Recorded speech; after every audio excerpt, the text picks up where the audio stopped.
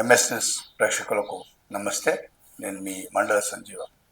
మిత్రులారా, ఈరోజు ఈనాడు, వెలుగు, ఆంధ్రజ్యోతి, నమస్తే తెలంగాణ వార్తాపత్రికలో ఉన్నటువంటి ప్రధాన శీర్షికల విషయానికి వస్తే, నిన్న నగరం మొదలుకొని పల్లెపట్టు ప్రాంతాలు యావత్తు తెలంగాణ రాష్ట్ర ప్రజలందరూ ఈ యొక్క ఘనంగా గత 11 రోజుల నుంచి వినాయకునికి పూజలు చేసినటువంటి ప్రజలు మరి ప్రశాంత వాతావరణంలో శోభాయాత్ర చేసుకున్నటువంటి సందర్భాలు మనకి ఈరోజు వార్తాపత్రికల్లో ప్రధాన శీర్షికలో కనిపిస్తూ ఉన్నాయి. ఇక నగరంలో మాత్రం ఖైరతాబాద్ బడా గణేష్, చాలా పేరు పొందినటువంటి గణేష్ మాత్రం సుమారు 2 గంటల సమయంలో నిమజ్జన కార్యక్రమం జరిగింది. ఈ యొక్క కార్యక్రమానికి ముందస్తు ఏమాత్రం కూడా సమాచారం లేకుండా సీఎం రేవంత్ రెడ్డి అప్పటికప్పుడు వచ్చి ఒక మామూలు ప్రజానికంలో వారు వెళ్ళి అందరికీ అభివాదం చేస్తూ కూడా అక్కడ ఉన్నటువంటి ప్రజలకు ఒక ఉత్తేజాన్ని, ఉత్సాహాన్ని నింపినటువంటి సందర్భం కూడా మనం నిన్న చూసాం మిత్రులారా. ఇక మొత్తాని మీద ఈ యొక్క గణేష్ నిమజ్జన కార్యక్రమాలు మాత్రం ప్రతి వీధిన, ప్రతి పల్లెపల్లెన, పట్టణంలో చిన్న పెద్ద మహిళలు ఎంతో సంతోషంగా ఈ యొక్క గణేష్ నిమజ్జన కార్యక్రమాలు పూర్తయ్యాయని చెప్పచ్చు మిత్రులారా.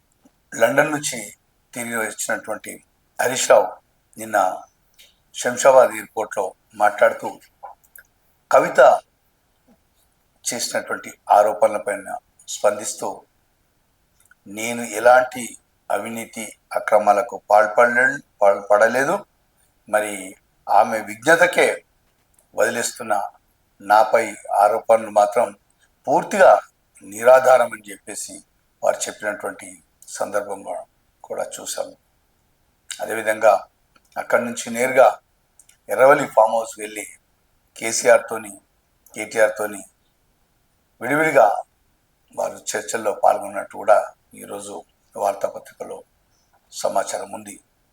ఎందుకంటే గత వారం 10 రోజుల నుంచి కవిత ఆరోపణలు, మరి సస్పెండ్, ఆ తర్వాత ఈ యొక్క కాళేశ్వరం ప్రాజెక్టు పైన అవినీతి తదితర సందర్భాల్లో మరి హరీష్ రావు పైనే, సంతోష్ రావు పైనే మరి భారీగా ఒక బహిరంగంగా వీరు అవినీతి ఆనకొండలు, కాళేశ్వరం ప్రాజెక్టు మా నాన్నకు వచ్చినటువంటి ఈ యొక్క అవినీతి మరకలు మాత్రం వీరు అంటించినవే అనేటువంటి యొక్క ఉద్వేగభరితంగా చెప్పినటువంటి మాటలకు ఆయన సున్నితంగా మరి కవిత విజ్ఞతకే వదిలేస్తున్న నాపై ఆరోపణ అనేటువంటి మాటను వారు చెప్పినటువంటి సందర్భాలు కూడా కనిపిస్తూ ఉన్నాయి మిత్రులారా. ఇక అదేవిధంగా ఈ యొక్క మత్తు పదార్థాలలో వినియోగించేటువంటి మెఫడ్రిన్ అనేటువంటి పదార్థాన్ని తయారు చేస్తున్నటువంటి ఒక హైదరాబాద్ శివారు చెంగిచెలలో సుమారు 12,000 కోట్ల రూపాయల ఒక ముడి పదార్థాన్ని మాత్రం పోలీసులు ఛేదించారు. ఒక ఇద్దరిని మాత్రం అదుపులోకి తీసుకొని మరి ఆ యొక్క మత్తు పదార్థాలను స్వాధీనం చేసుకున్నటువంటి విషయం కూడా ఈరోజు ప్రధానంగా ఈనాడు, మరి అన్ని దినపత్రికలలో కూడా ఈ వార్త కనిపిస్తూ ఉంది మిత్రులారా.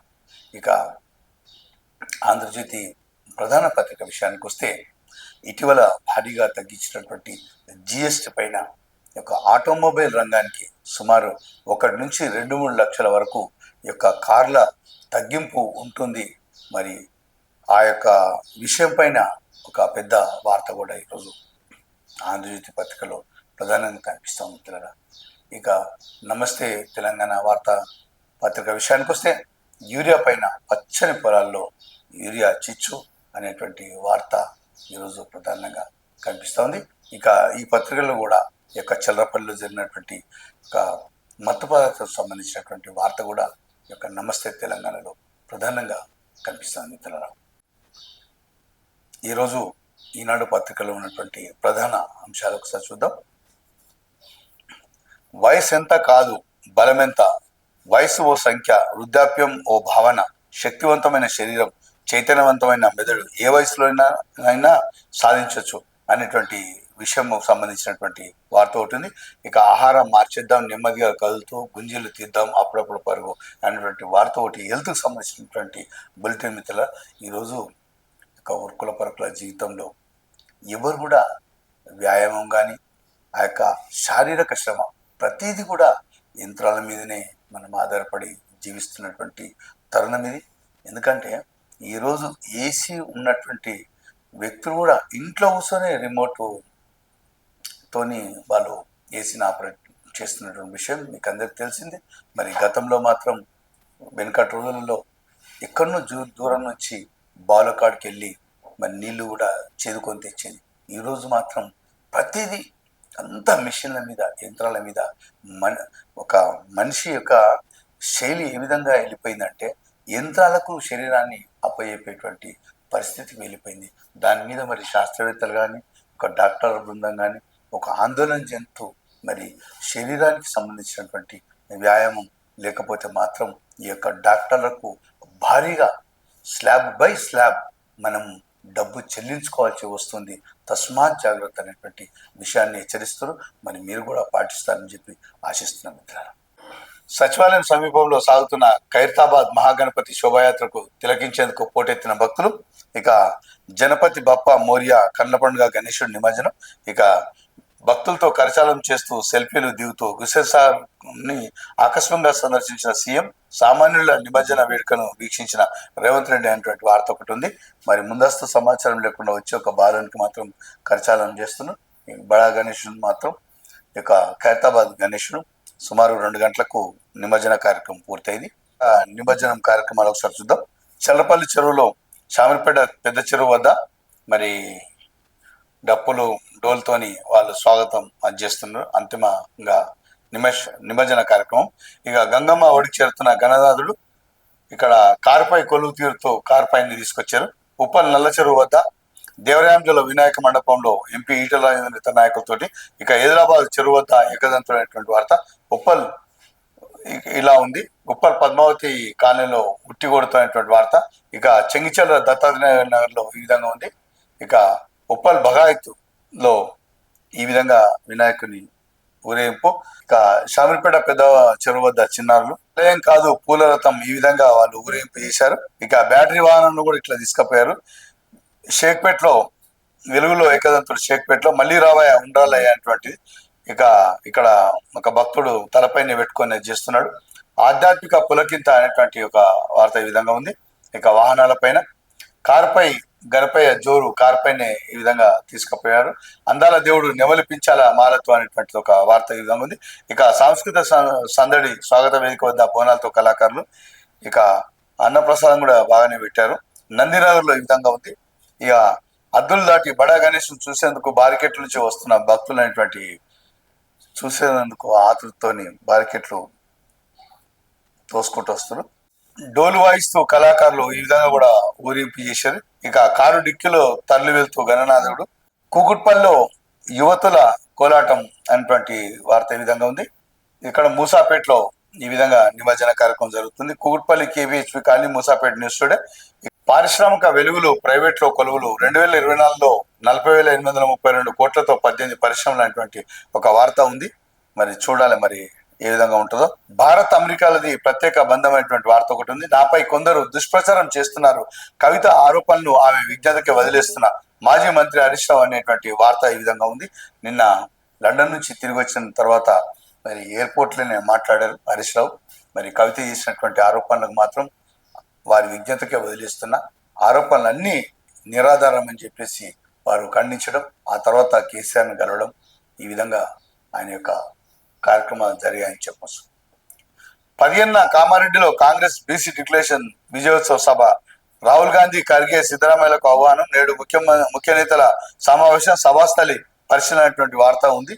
మరి కామారెడ్డిలో మరి బీసీ డిక్లరేషన్ విషయం మరి ఎక్కడి వరకు వచ్చింది, మరి బీసీలకు ఏం మాట ఇచ్చాం, ఎంత మటుకు అమలు చేశాం అనేటువంటి విషయం కూడా ప్రస్తావనకు వచ్చేటువంటి అవకాశం ఉంది. మరి చూద్దాం మరి వారు ఏం మాట్లాడతారు, ఎంతవరకు అమలు చేస్తామని కాంగ్రెస్ పార్టీ చెప్తున్నటువంటి విషయం కూడా మరి చూడాల్సిందే. ఈరోజు వెలుగు పత్రికలో ఉన్నటువంటి ప్రధాన విషయాన్ని చూద్దాం. మహాగణపయ్య మళ్ళీ రావయ్య ఖైరతాబాద్ వినాయకుని యొక్క దృశ్యం చూడొచ్చు. ఇక ట్యాంక్ బండ్ పై సామాన్యుల వినాయక నిమజ్జనంలో సీఎం రేవంత్ అనేటువంటి వార్త ఈ విధంగా ఉంది. ఇక చల్రపల్లిలో డ్రగ్స్ డెన్ 12,000 కోట్ల విలువైన ముడిసరకు పట్టివేత, 35,000 లీటర్ల లిక్విడ్, 950 కిలోల కెమికల్ పౌడర్ స్వాధీనమైనటువంటి వార్త ఈ విధంగా ఉంది. ఇక ముంబై పోలీసులు అరెస్ట్ చేసిన డ్రగ్స్ తయారీ నిందితులు డ్రగ్ డీలర్ కు సప్లై చేసేందుకు సిద్ధం చేసిన 5 కిలోల 928 గ్రాముల డ్రగ్స్ కూడా గుట్టురట్టు చేసిన ముంబై క్రైమ్ బ్రాంచ్ పోలీసులు అనేటువంటి మరి వార్త ఈ విధంగా ఉంది. మిత్రులారా, మరి ఈ యొక్క డ్రగ్స్ గురించి రోజు ఒక ఎన్నిసార్లు వార్తలు చెప్పినా కూడా ఏదో విధంగా ఒక ముడి పదార్థం కానీ సరఫరా చేస్తున్నటువంటి విషయం కానీ ఏదో విధంగా మొత్తాన్ని మీద యొక్క డ్రగ్స్ మాఫియా నగరం చుట్టూ, హైదరాబాద్ శివారు చుట్టూ మాత్రం రోజు నిత్యనూతనంగా యొక్క తాండవిస్తున్నటువంటి విషయం.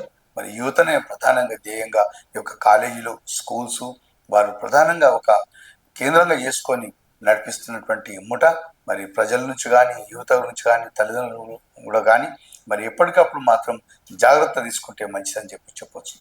నాపై ఆరోపణలు కవిత విజ్ఞతకే వదిలేస్తున్న నా రాజకీయ జీవితం తెరిచిన పుస్తకం హరీష్ రావు అంటున్నటువంటి మాట ఈ విధంగా ఉంది. ధరలు తగ్గిస్తారో లేదో నేనే చూస్తా, జిఎస్టీ తగ్గింపు లాభం ప్రజలకు అందాల్సిందే, నిర్మలా సీతారామన్ అనేటువంటి వార్త ఒకటి ఉంది. ఇప్పటికే కార్లు, షూ, దుస్తుల కంపెనీల, ఇన్సూరెన్స్ సంస్థలు ధరలు తగ్గించినటువంటి వార్త కూడా చూస్తున్నాం. మరి మిత్రులారా, కొంతమంది మాత్రం ఈ యొక్క పాత సరుకు కొత్త సరుకు అని చెప్పేసి జిఎస్టీ తగ్గించక పోయేటువంటి వార్తలు కూడా వస్తున్నాయి. మరి ప్రజలు కూడా కొనేటప్పుడు కూడా మరి కొనుగోలు చేసేటప్పుడు కూడా మీరు కూడా ఒకసారి చూసుకోవాలి. మరి ధరలు ఎట్లా తగ్గారు అని చెప్పేసి మంత్రి గారు మాత్రం నేను స్వయంగా చూస్తానటువంటి మాట కూడా చెప్తారు.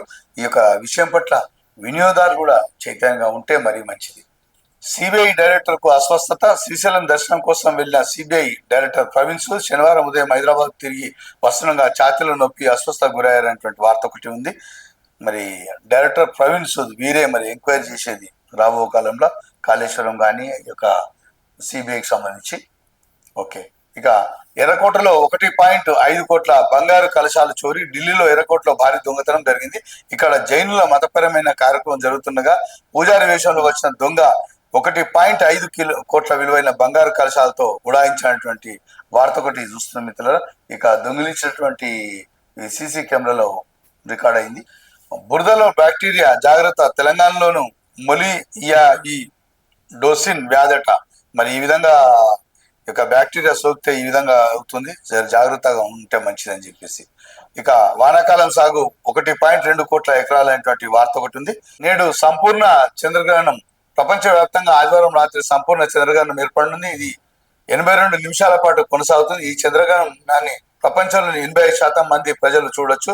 Asia, Australia, Europe, Africa, New Zealand కూడా కనిపిస్తుంది, శాస్త్రవేత్తలు తెలిపారనేటువంటి వార్త ఉంది. కొంతమంది మాత్రం ఈ రాశుల వారికి మంచిది కాదు, ఆ రాశుల వారికి మంచిది కాదు, ఈ పూజ చేసుకోవాలి, ఆ పూజ చేసుకోవాలి అనేటువంటి అనేకమైనటువంటి యొక్క సోషల్ మీడియాలో కొంతమంది మాత్రం ఇక పని కట్టుకొని ఒక ప్రచారం చేస్తుంటారు. తస్మాత్ జాగ్రత్త. వీళ్ళు మాత్రం పైసలు, డబ్బులు దోచుకోవడమే ఈ విధంగా చెప్తున్నటువంటి విషయం మర్చిపోదు.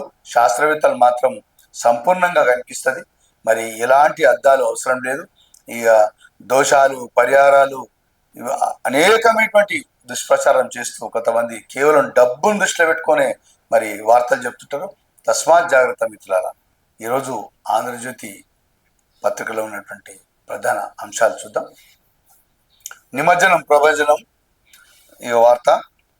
ఇక పన్ను సరళీకరణ అందరికీ ఉపయోగమే అనేటువంటి వార్త. తప్పుడు ఇన్వాయిస్లను జిఎస్టీ విభాగం గమనిస్తుందని సాధు నరసింహారెడ్డి అనేటువంటి వార్త ఒకటి చూస్తున్నాం. జిఎస్టీ కమిషనర్ సాధు నరసింహారెడ్డి చెప్తుండు. కొత్తగా 31 క్రిటికల్ కేర్ బ్లాకులు, అధునాతమైన వైద్య సేవలకు 29 చోట్ల 52 చోట్ల 100 పడకలతో ఏర్పాటైన వార్త ఒకటి ఉంది. కవిత వ్యాఖ్యలపై ఆమె విజ్ఞతకి వదిలిస్తున్నటువంటి హరీష్ రావుకు సంబంధించిన వార్త ఇందులో ఈ విధంగా ఉంది. ఇక బీజేపీలో కామరాజ్ ప్లాన్ అనేటువంటి వార్త ఒకటి చూస్తున్నాం. ఈరోజు నమస్తే తెలంగాణ వార్తల పత్రికలో ఉన్నటువంటి ప్రధాన అంశాలు చూద్దాం. ఇక గణేష్ నిమజ్జనానికి సంబంధించినటువంటి వార్తనే ప్రధానంగా కనిపిస్తుంది. వినాయక వీడుకోలిక అనేటువంటి వార్త ఇందులో పెద్దగా ఉంది. ఇక పచ్చని పల్లెలో ఎరువుల చిచ్చినటువంటి వార్త ఈ విధంగా ఉంది. కేసీఆర్ పాలన శిశువులకు రక్షణ అనేటువంటి వార్త ఈ విధంగా ఉంది. ఇక బీమా లాభం అంతే వారి విజ్ఞతకి వదిలేస్తున్న హరీష్ రావుకు సంబంధించిన వార్త. నర్సింగ్ కాలేజీల అనుమతిలో గోల్మాల్ అనేటువంటి ఒక్కో కాలేజీకి 60 లక్షల పైగా వసూలైనటువంటి వార్త ఈ విధంగా ఈ పత్రికలో ఉంది. మిత్రులారా ఈరోజు ఈనాడు, వెలుగు, ఆంధ్రజ్యోతి, నమస్తే తెలంగాణ వార్త పత్రికలో ఉన్నటువంటి ప్రధాన అంశాలు మీకు చదివి వినిపించే ప్రయత్నం చేశాం. మరి మిత్రులారా, ఒక విషయం మీతో విజ్ఞప్తి చేస్తా ఉన్నా. మరి మొత్తాన్ని మీద మా యొక్క ఎంఎస్ న్యూస్ ఛానల్ మాత్రం ఇప్పటి వరకు 4,75,000 మంది వీక్షించినట్టు సమాచారం ఉంది. అందరూ కూడా ఉన్నారు. మరి మా షేర్ కూడా, లైక్ కూడా చేస్తున్నారు.